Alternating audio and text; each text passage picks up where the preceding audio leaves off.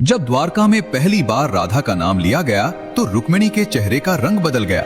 उन्होंने श्री कृष्ण से पूछा, स्वामी, ये राधा कौन है जिनका नाम सुनते ही आपकी आंखें बदल जाती हैं? लेकिन कृष्ण केवल मुस्कुरा दिए। यही मुस्कान रुक्मिणी के मन में ईर्ष्या की अग्नि बन गई। उन्हें लगा पूरी दुनिया उन्हें कृष्ण की सबसे प्रिय पत्नी मानती है, फिर भी कृष्ण के हृदय में कोई और बसता है। एक दिन रुक्मिणी ने सत्य जानने का निश्चय किया। उन्होंने नारद मुनि से पूछा, क्या सच में राधा कृष्ण से मुझसे भी अधिक प्रेम करती हैं? नारद मुस्कुराए और बोले, देवी, राधा और कृष्ण का संबंध प्रेम नहीं, आत्मा का मिलन है।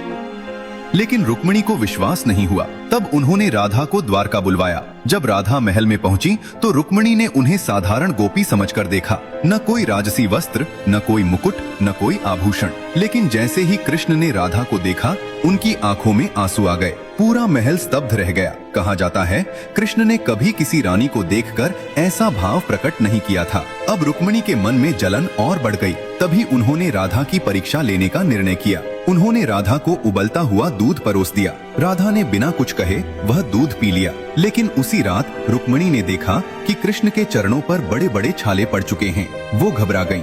उन्होंने पूछा, प्रभु, ये घाव कैसे हुए?